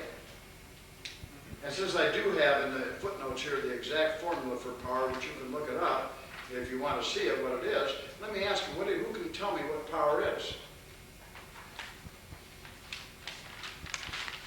Since you use the word so much, what is power actually? Can anybody tell me what power is? Come on. Force times acceleration. You sure times what? Acceleration. Force equals what? Mass times Mass times velocity, time and distance. Acceleration, the velocity minus time. What is power? What is force? Isn't power measured in work per time? In foot-pounds, isn't the way we measure power? Foot-pound per time? Or just foot-pounds? See, you gotta understand the difference between force, mass, velocity, and acceleration. There's an absolute for that. So a symbolic link to some kind of symbolic power. If you use the word power and you intend to do power and you don't know what it is, then what is it but symbolism to you? A more powerful technique, what does that mean? I mean, and it sounds good, but what really are you talking about? There's not even salami to cut there, The lawyers cut the salami pretty thin. There's not even salami there, Okay. One of the most putting off of self items in our culture is their sponsoring of an adversarial culture paradigm. This adversarial culture leads to an adversarial thinking. As an aside, the modern media thinks that adversarial programming brings energy to their presentations, money too. But this adversarial thinking means that you look at things as, and always when somebody says something, you try to find the other side to it. And there's always this against that. There's always equal and opposite to this type of thing. And that's not really there. We feel that there's always two sides of something, for good or bad, and for the black there had to be white. And the very fact that, I don't speak for the Jewish religion because Jewish people are here, and I think I can tell you that going back to Zoroaster, or way far before that, in the sense that there was an ultimate good, an ultimate bad had to emerge. And since the ultimate bad was a friend of God's, then the ultimate good, then the guy became an antagonist, and later assumed the ultimate bad. So really the idea of the devil in Jewish religion was as an adversary. Adversarial. It was not the opposite of. And I think I'm quite right in that, aren't I? I think I'm right on the money on that. At least that's what Rabbi Silver said I was, anyway. But the idea that there's the opposite and an adversarial position are exactly the same is wrong. You see, so when you're fighting with somebody, you're not the opposite, and you're in adversarial fashion. But that's also wrong, because that means that you declare him to be something other than under your control. And when you do that, then that means that you lose the manifestation of control. And since in a kata you presuppose somebody attacking you, then that means the kata can never be done correctly. Because you can't, as I said perfectly before, if you don't know perfectly what to do, you can't do it perfectly. And if you assume perfection in your opponent, then you will be defeated. And if you don't assume a perfection in your opponent, how can you defeat him? So when you're doing the kata, you're creating an opponent that you either gives flaws or you fly mentally so you can win, or else you create perfection in him and you lose. And so if you do the form other than adversarial program, you can go beyond that. If you can't, then you're stuck with one or bad. You're stuck with a good imagination and bad technique, or bad imagination and non-functional technique. Because it's absolutely true that if a punch driven in your nose, generally you can't block it, so why spend your time blocking the thing in the form? Because as they say in the kata, the purpose of karate is so not that when the guy hits you, that you can't be hit. And when you want to hit a guy, he can't defend. If you can't do either one, why lose yourself? Why you lose yourself? And if you look back, those are the koans or the cones of Kwame 1 and 2, which you guys already know anyway, right? You're sure you read your books, don't you? Study this stuff, don't you? Or you want to think people are serendipitously good, it's going to fall on you like the rain does. This stuff requires work to understand, and the understanding, unfortunately, is expressed on the floor. This is one thing we demand a demonstration of this. Now, in the Kwanmukan Symposium patterns, the forms of discrimination are adjusted by advanced learning, which sets the direction on technique. The form eases into techniques by becoming a kind of walking exercise that renders great benefits that requires no unusual or superhuman effort.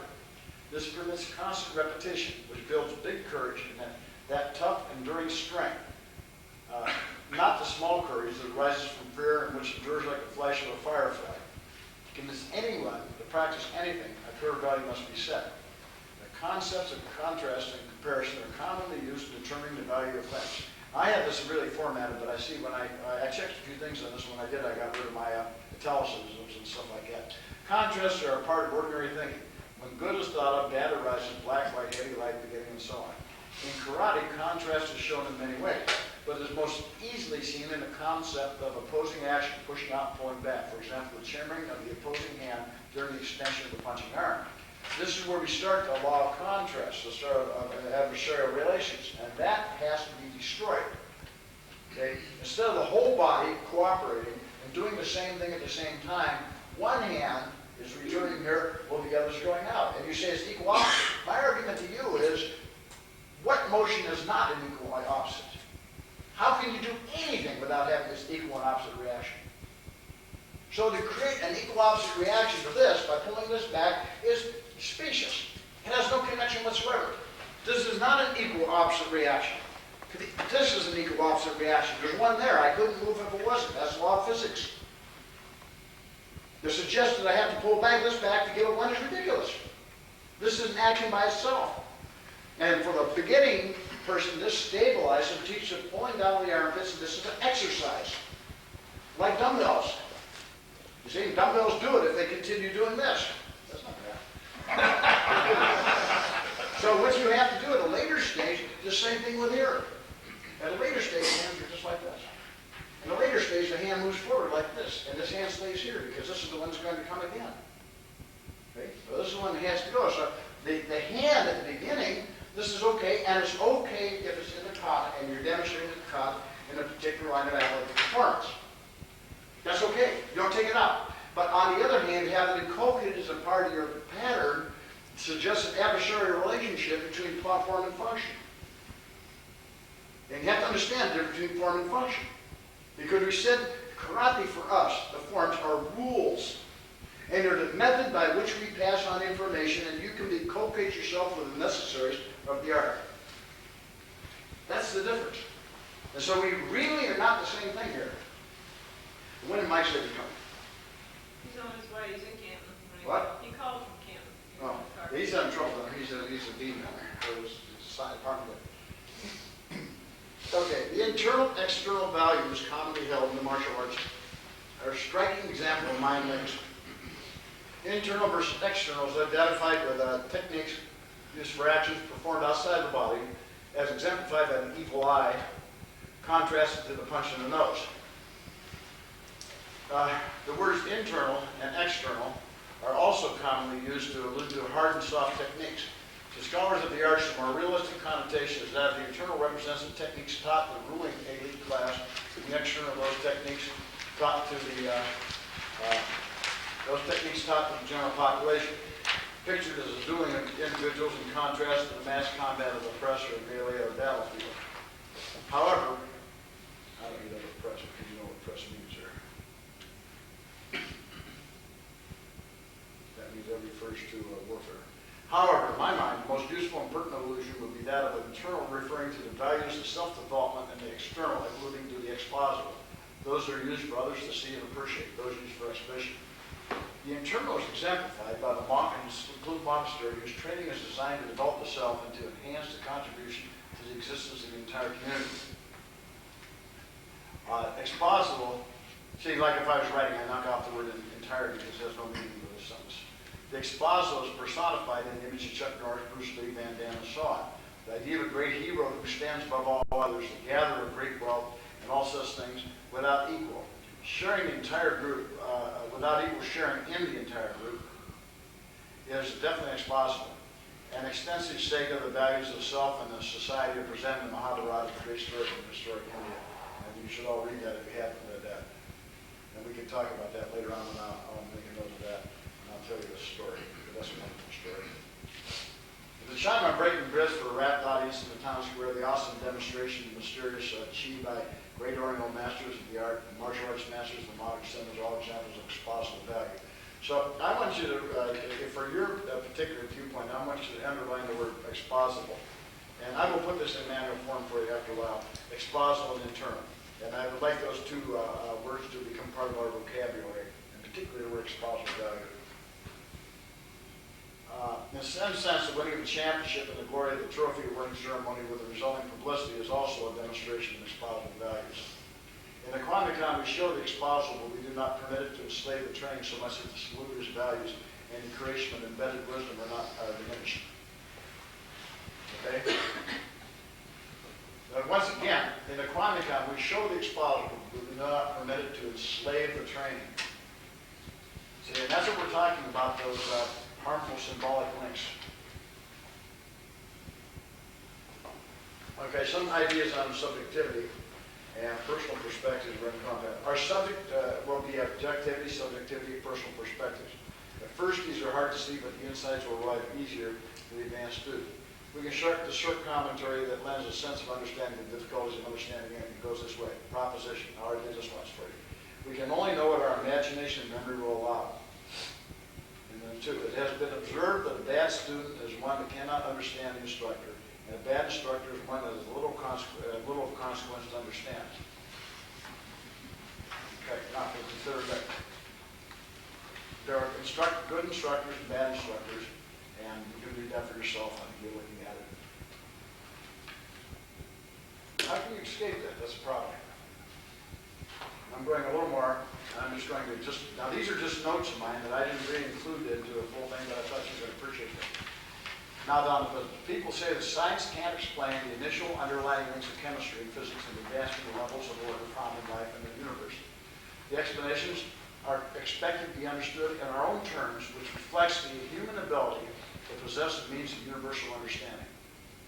Sometimes I believe as many as 6 impossible things before breakfast in the White Queen and Alice in Wonderland. I'll read that again. Doesn't that sound a little bit like the Karate People? Explanations are expected to be understood in their own terms, which reflects the human inability to possess the means of universal understanding. Sometimes I believe as many as 6 impossible things before breakfast. In the modern study of the arts, it seems as though we are searching for any instability that can unify us and give us direction in our actions. We must remember who we are and regain our creative powers. And I don't believe that controlling ideas and ideology should be a mission of the arts. I do believe that imparting a sense of responsibility, consequences, love of family, and nation is necessary to escape this kind of, to escape. Okay, I'm just editing as we go on. The priorities of the arts must change from the top down. To have the main motive of male sports shape the arts is to lose the real value of the thing. The values of playing sports like football and basketball are not the values we try to include in the use of the arts. People preach things they don't believe, the people who don't believe them. We decry people preaching things they don't believe, the people who don't believe them, and all this in the name of education. I consider the fear of confronting reality to be the cowardice and supreme character flaw. And we should be educated against that. Okay, that's why the connected flaws, the creative process arises from, in the creative process, rises from martial arts boredom with themselves. If people say that they are bored, it either means that they are boring and their time is just being wasted. They imagine to alleviate boredom, just like inventing fairy tales. They echo Groucho Marx when he said, "These are my principles. If you don't like them, I have others." We are overcome with typical transcendentalism. The sense of mind that creates, hogwash is well handled by the comment from Mahatma Gandhi, "I will not let anyone walk through my mind with their dirty feet." To which some wise guy remarked, "This life is a test. If it had been an actual life, you would receive further instructions on where to go and what to do." And from the ancient proverb, in a single day, Samson slew 1,000 Philistines with the jawbone of an ass. Every day, thousands of dreams are killed with the same weapon. That's good. That's very good. The whole matter is put in perspective by Carl Jung, who wrote, "The sad truth is that man's real life consists of a complex interaction of immeasurable opposites, day and night, birth and death, happiness and misery, good and evil. We are not sure that one will prevail against the other, that good will overcome evil or joy defeat pain. Life is a battlefield. It always will be. If it were not so, existence would come to an end." Of course, we learned to battle this with karate, don't we? The principles of summoning values from within oneself have been replaced by the legal requirements of our society. We have a Bible for everything, and that of the law is not easily understood nor is it contested by the layman. The martial arts cannot follow this course. It's easy to mistake a rigid mindset as a strong character attribute.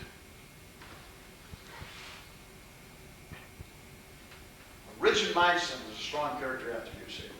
In some sense, the ancient state religion of Christianity has merged with our legal and social system to the extent it is a font of our culture and not just a religion. This sense of authority is manifest by our educational institutions and is reflected in the attitudes of most teachers of the arts of society. In our experience, sensory deprivation or exaltation alters the internal and external experiences. In the case of the inner city, for children dropping out of society, we can be the family and provide the love necessary to social harmony. The love of family is a direct byproduct of a loving family. And I was going to move around here into the idea of family loyalty, and I didn't put that in because I didn't want to get into that right now. Family loyalty refers to schools, karate schools, whatever. These are just my thoughts. We all crave happiness, however that can be defined. For many persons raised in the arts, there's a worrisome, full feeling that comes from the martial arts upon entering the room. That of feeling oneself the most capable of solving all problems and holding oneself forward as a unique and special individual whom everyone wants to be talked to. And the absolute antithesis of the martial arts. We feel ourselves experts on the resolution of problems caused by a conflict of values. We are actually fighting for the values of social karate. Our best intentions are often thwarted by impatient students and teachers who do not fully realize that we often extend time and grades so that life experience can intervene. And the student can learn to settle the conflicting issues. Life is challenging and upsetting, but it can be dealt with from within our culture. Understanding the laws of nature does not mean that we are immune to their operation. However, it is difficult not to recognize dominant and alternative ideology. In the martial arts, many have adopted the belief system of Buddhist Chan. Not because it's dominant in martial arts, but a lot of it is dominant in our thinking of things that are oriental. Now, what do you think Buddhist Chan is? Anybody have an idea? Come on. Get me? What is it? The sutras? Zen. Zen. Chan is Zen. Straight out Zen. But a lot of it is dominant in our thinking of things oriental. That means when we think of that, because we think that karate is oriental, we adopt oriental characteristics. And those oriental characteristics, except for the values of training. See? For the values of training, we've already said that of feeling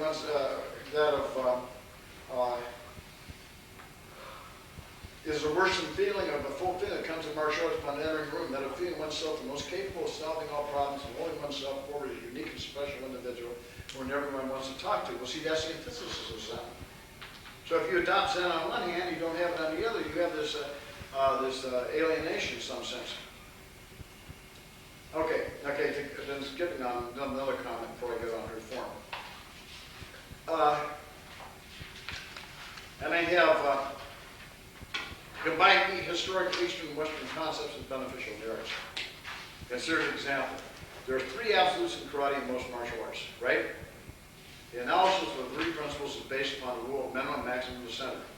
Three fundamentals of response, perception, and peace and tranquility.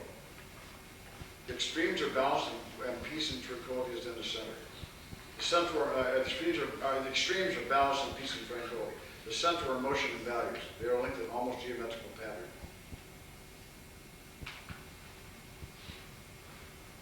Right? Of course, if you really read that, you'll find that that's the basis of the Chan philosophy. What is the value of peace and tranquility? Can weak people produce and protect peace and prosperity without hiring barbarians to guard the gate, thus letting the fox into the henhouse? That's just a little comments here. Okay, now flip over here and go to page 43. So once again, I'm establishing an attitude. You probably gathered that. Now I just got a little more, and we're going to go to the floor. And these are things I'm hand techniques, and I have quite a bit of written on that, and I worry about that now. Now, if you start exercise, we're going to start worrying about this stuff. And I'm going to ask you again what the principles of motion are. John Weinberg.